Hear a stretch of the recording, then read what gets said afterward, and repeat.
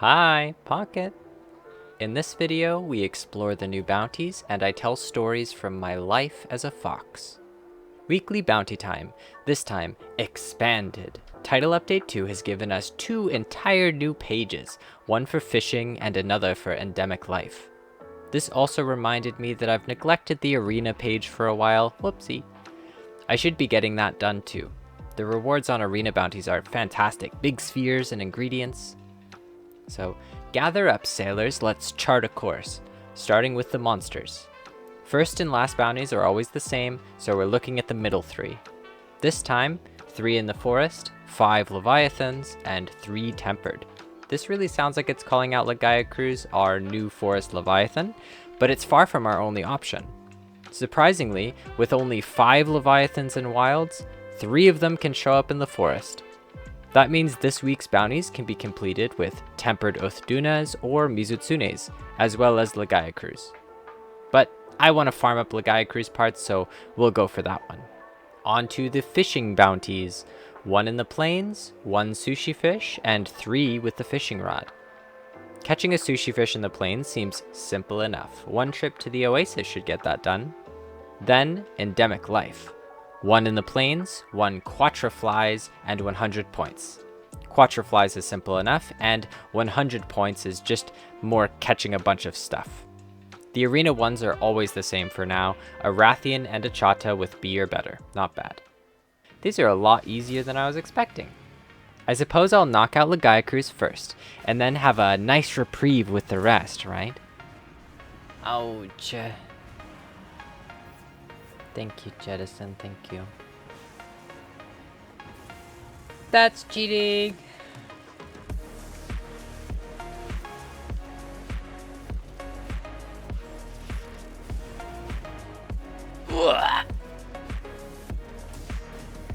Ow!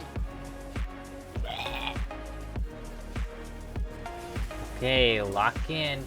Lock in. Lock in. Unfortunately, because of how high my hunter rank is, these high difficulty monsters seem to only be spawning as 8-star tempereds these days. On one hand, how exciting! On the other, I don't really have a chance to get used to ordinary Lagiacrus before jumping straight into the deep end with this guy. Well, maybe it'd be better to get the easy ones out of the way first, and then come back to this big fish after a little rest, yeah? That sounds good.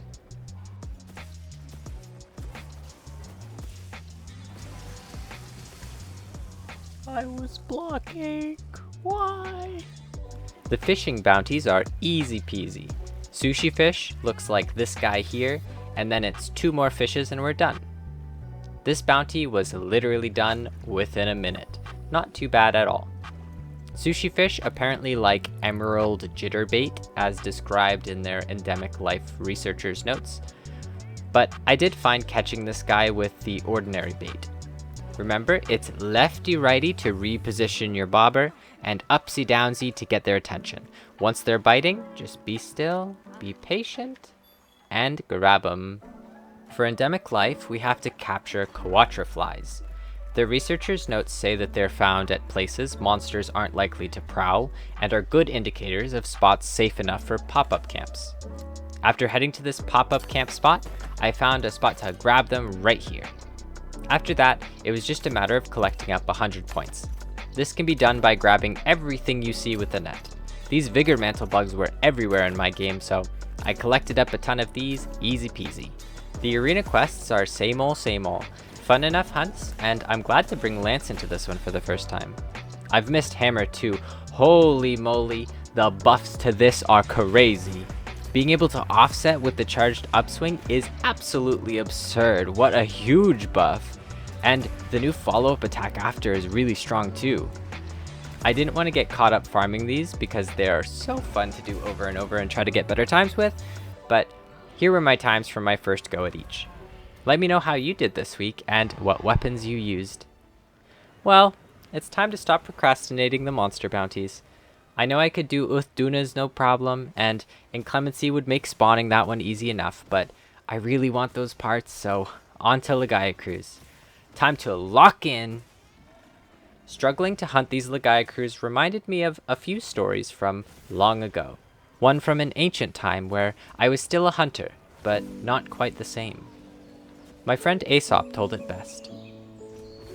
A very young fox, who had never before seen a lion, happened to meet one in the forest. A single look was enough to send the fox off at top speed for the nearest hiding place. The second time the fox saw the lion, he stopped behind a tree to look at him a moment before slinking away. But the third time, the fox went boldly up to the lion and, without turning a hair, said, "Hello there, old top." My own joke had been worth a fortune of laughs, were it only for the warning of Aesop when the lion's pupils dilated and it wagged its rear the way cats do, that I knew to leap away and make my escape. It was only once I returned to my nest that I discovered the wound I had been given. It cut deeper through my skin, into my being. Aesop and the lion had given me gifts of equal size. The former had delivered me life, and the latter a brand of fear. It lasted ages, that brand. In time, I grew, and learned never to stand too close to the lion. While he would be quick to prove his tenacity, should I test it, I learned to bow my head at his arrival, as did the others in his domain. At a certain distance, we could even be friends, and it was up to me to maintain that distance. Should lion step too close, it was up to me to step away, and not to follow when he stepped too far. Eventually, the wolf, who was almost as competitive as the bear, invited us for a game. At that time, we were neighbors, near enough to see one another sleeping in their dens. Aesop continued. A long time ago, the lion, the fox, the jackal, and the wolf agreed to go hunting together, sharing with each other whatever they found. One day, the wolf ran down a stag and immediately called his comrades to divide the spoil. Without being asked, the lion placed himself at the head of the feast to do the carving and, with a great show of fairness, began to count the guests. "1," he said, counting on his claws. "That is myself, the lion. 2, that's the wolf. 3 is the jackal. And the fox makes 4. He then very carefully divided the stag into 4 equal parts. "I am the king lion," he said when he had finished, "so of course I get the first part. This next part falls to me because I am the strongest, and this is mine because I am the bravest."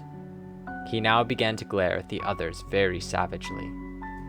"If any of you have any claim to the part that is left," he growled, stretching his claws menacingly, "now is the time to speak up."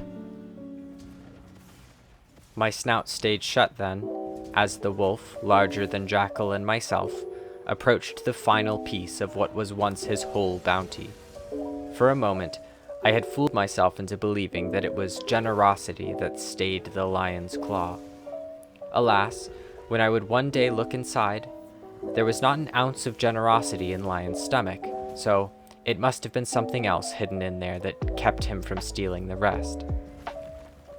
Later that day, I caught myself a pair of hares. Starved as I was, I thought to eat them right away, before remembering our agreement. Thankfully, I had not been so greedy, as the jackal had caught me there. She approached. "The lion and the wolf are full," she said, clumsy as she began to divide the hares each in half. "I am the cunning jackal, so I should get the first part, and the next for my honesty, and the third—" She stopped, like she'd run out of reasons. I looked to the jackal and approached the final share. My stomach ceased its growling when hers began. That night, I slept hungry. A fox is not meant to play in a wolf's game, I learned, but the game was not done. Jackal stole from me, wolf from jackal, and lion from us all. The way my prizes vanished in a single gulp, my hares and swallows. Lion would close his eyes to rest, his stomach too full to hunt. Then wolf, then jackal, until I prowled the forest alone, tired, but each prize was my own. Once I had eaten my share, I returned to my den and looked across the way toward each of my competitors. They sighed in their sleep, content with their own resourcefulness, dreaming of tomorrow's delicious treats. I curled in my spot and glared over my tail at them. My bitterness made me vicious, and I bore my teeth at each one. A well-placed bite would be enough, I thought. A single well-placed bite could spell the final of lions' roars, the wolf's howls, the jackal's lies. But I knew something else, too. Were I to hunt any of them in their sleep, that final noise would wake the others. The brand of fear on my neck pulsed.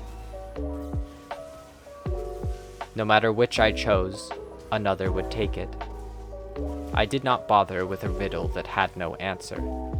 Eventually, I learned to eat grapes, a feast of my own that the others could not reach, and I befriended the hares, who introduced me to the tortoise. We had long talks, those days, Tortoise and I. Long talks that didn't get anywhere. Our arrangement lasted ages, until the final day I saw the lion.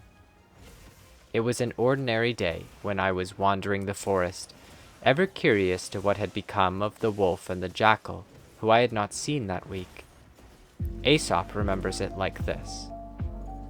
An old lion, whose teeth and claws were so worn that it was not so easy for him to get food as in his younger days, pretended that he was sick. He took care to let his neighbors know about it, and then lay down in his cave to wait for visitors. And when they came to offer him their sympathy, he ate them up one by one. The fox came too, but he was very cautious about it. Standing at a safe distance from the cave, he inquired politely after the lion's health. The lion replied that he was very ill indeed, and asked the fox to step in for a moment.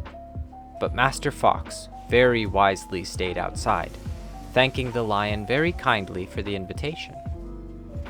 "I should be glad to do as you ask," he added, "but I have noticed that there are many footprints leading into your cave and none coming out. Pray tell me, how do your visitors find their way out again?" Were it the wolf, I would not be so brazen. Were it the jackal, I would have heard a clever response. But in that cave, it was the lion. He roared, words that I heard but forgot a moment after. He did not exit the darkness of his cave. I sat at the mouth of his cave, having once watched him sleep in that very spot. As the hares passed, I warned them to hurry past. The king was not in good health after all, and he shouldn't want to spread it. Even Bear came and left at my warning. Sometimes, Lion became furious and I would hear him roar again, especially when I was eating my grapes. Other times, I would simply hear him sigh. But eventually, I heard the nothing noise that caves are known for.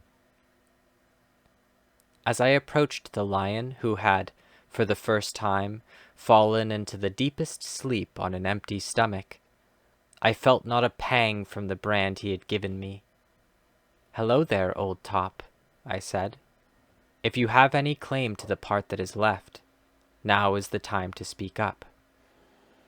His snout stayed shut then, as did the wolf and the jackal. Though I hadn't his strength, nor their bravery or deceptions, I had learned patience from the tortoise, and that was enough. That night, I took the lion's share, and ate until I could do naught but sleep in the lion's den, and all that was left was the lion's fourth finger. After managing to survive the 5-tempered 8-star Lagiacrus without failing any more quests, I returned to the Bounty Cat to retrieve my long list of bounty goodies. Yippee! Thank you for watching my video. Aesop has a way with words, doesn't he?